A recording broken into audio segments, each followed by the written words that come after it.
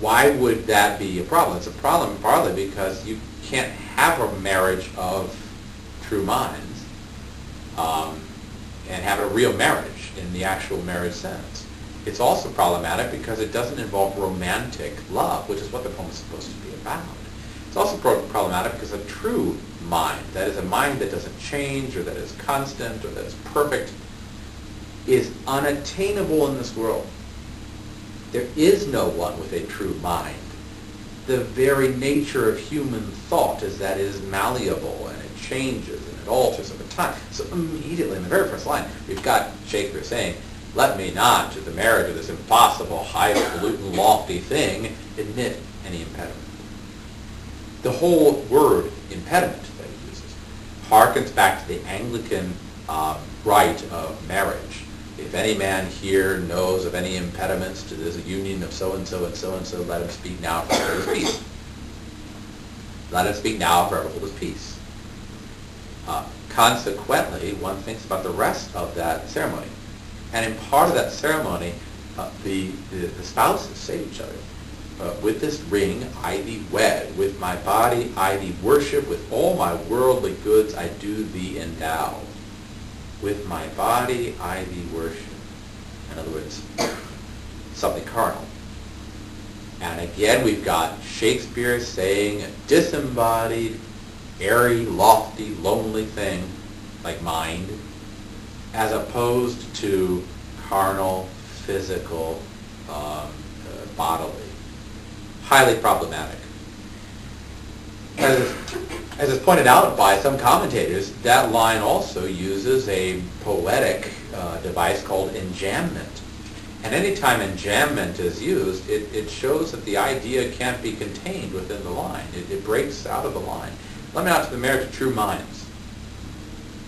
Admit impediments. See, the idea carries over, which means whatever he's trying to say, it defies the realm of the line. It breaks out of the realm of the line. So he's proclaiming something. He's trying to get his mind around something. The thing he's trying to get his mind around is the idea of a constancy of love. He wants a constancy of love. He wants love to be permanent, unchanging. But that's an impossibility. Where he says love is not love, which alters when it alteration finds. Well, what is the lover loving? He's loving a person. And that suggests then that this type of love would not change when it finds alteration or change in the beloved. But how's that possible? Doesn't the beloved change over time? The beloved would change or alter over the course of time.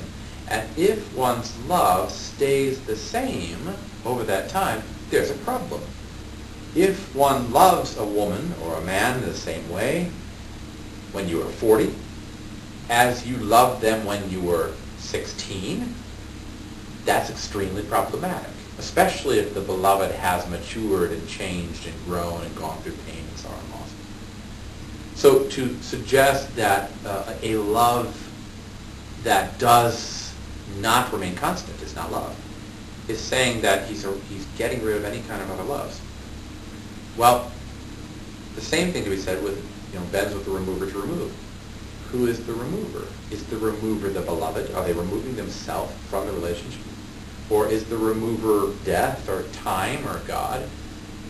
If it's death or time or God, then to say that my love will continue despite the removing of the object of my love, then we've got a problem, because we've got a guy or gal who is almost like a stalker, following around the person who has removed himself from the relationship, camping on their doorstep, hanging out under their window and sending them text messages.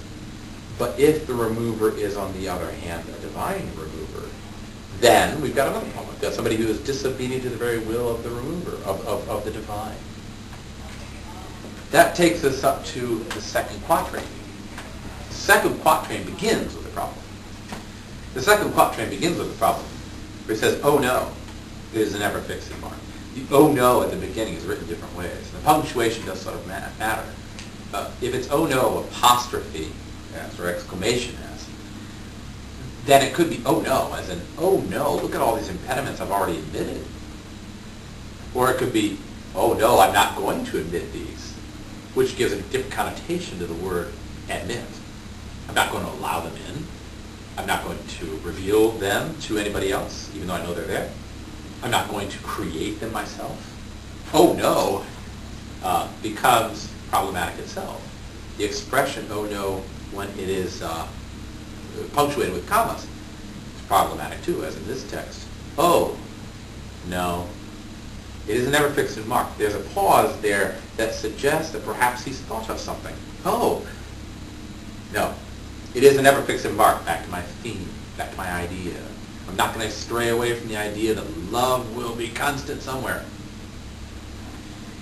A never fixed mark is a lighthouse, is how it's normally interpreted. And if it's a lighthouse that looks on tempests and is never shaken, it's a nice sentiment. But first off, who lives in a lighthouse? The lighthouse is normally in a remote area, lonely area. And the guy who lives there is normally a loner, cold, isolated, remote. He doesn't associate with other humans normally. His job is to go up, light the light, come down. And even if he does have any human contact, his human contact is normally having to deal with crisis situations. So it's cold, remote, distant. This mark, then, that looks on tempests and is never shaken is sort of aloof, removed from the human experience, which is essentially tempests. Being shaken by these tempests is part of what humans go through. The lighthouse keeper, the person in the mark, never really goes through those experiences. He's above the fray, isolated. That whole idea of the tempest, which is brought up later in one of Shakespeare's greater poems, is that one goes through these experiences of life and they change you, they alter you. But the person who has the highfalutin love is above all that. Oh, he's disembodied. He has no body, and therefore he doesn't go through tempests. There's also the reading of it that mark, that lighthouse, can be seen as a ribald image. It's not outside Shakespeare's purview to do that. He does it in several other plays too, and also in sonnets.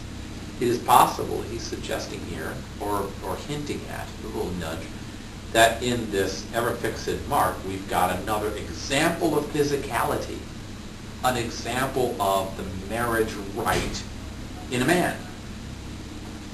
Possibly. Freud said sometimes a cigar is just a cigar. But the lighthouse does bear a resemblance to that, and so we get a hint of an impediment again. Either that image is cold, remote, and distant from human experience, or itself has a resemblance to that marriage that he spoke of in line 1. He goes on to say, it is the star of every wandering bark. A bark is a ship. The star we're talking about is Polaris. The ship is guided by Polaris. Again, we've got a star, which looks like a nice image for solidity. Polaris doesn't move. We want love to be that way. But the star is also removed from human experience. It's cold, it's distant, it's remote. How far away is this star? It doesn't experience those things that humans go through. So like the poem, Bright Star, would I were steadfast as thou art, hung aloft the night, not another forgetfulness. That image of the star being remote and aloof from what we go through as human beings. It's nice to be aloof and remote, right, in a way, I suppose, but it's not human. It's not really part of the whole marriage thing. If you're going to get married, you're going to be in the muck of human life. You're going to be involved in it. And so this speaker seems to be fishing for a type of love that is constant, but the problems that come up, the impediments that come up, are that if one has a constant love, one has a dead love, a love that is remote, a love that is not possible, a love that is unchanging and therefore outside the human experience. He says, this star to every wandering bark, which again is an image of bark of a ship. A ship is shaped like something that could be related to the marriage rite, especially in the wife. But there's also the idea that the star, the worth is unknown, although its height is taken. When you take the height of a star, you use a compass and you use a sextant, and you measure the height of the star. And if you don't know the worth of this star, it doesn't matter because you're just going to use it for navigation anyway. This suggests, again, a sort of a cold, remote, inhuman almost use of that image of love. The idea that the star, his worth is unknown. It could be that the star, we don't know how great it is, but the connotation of the word is also worth, is also that maybe there is no worth to it. Maybe there is no worth known because there's no worth to this type of love. It's hinted at. Okay? That ends quatrain 2. And we move on to quatrain 3.